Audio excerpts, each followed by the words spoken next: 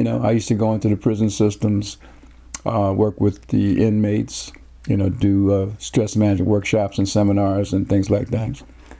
And that evolved. It evolved. I did a 3-part series on stress in the prison system, you know, stuff like that.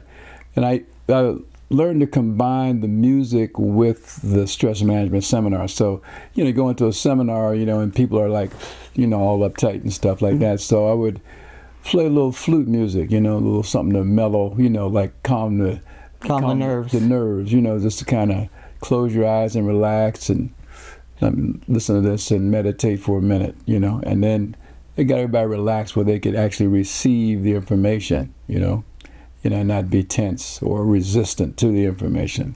So you're in the prison system, right? You're dealing with all different types of people, all different races of people.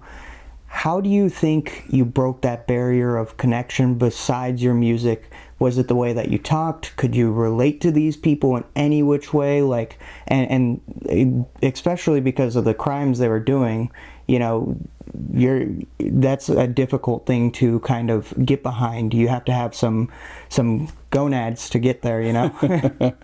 Well, I was already, you know, they were fans of mine already, actually, before I got into the prison system, because they used to listen to me on the radio. I started this, like I said, 3-part series on stress in the prison system.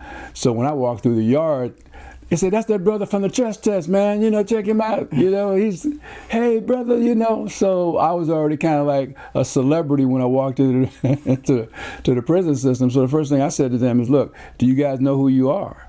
And they're like, "What? What do you mean by that?" "My name is, you know, Dave, John, you know, Butch, whatever." I said, "No, man, not your name. I'm talking about who are you? What are you here for?" And he said, "Well, what are you talking about?" You know, so I said, "You're the prodigal sons, man, that the Bible talks about."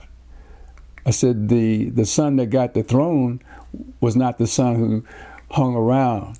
He's the one who left Dad's house and went out to the world and got his butt whooped. And then came back. Dad said, "Well, you can take over because you know what's going on out there. You know, you're more qualified." You know, the other sons were upset because, "Well, Dad, I was here with you. I was helping you out. You know, I took care of blah, blah, blah." I said, "But he knows what you don't know," you know.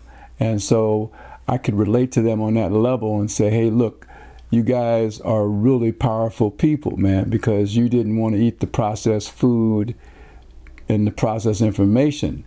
You resisted it. And so because of your resistance, you ended up in here.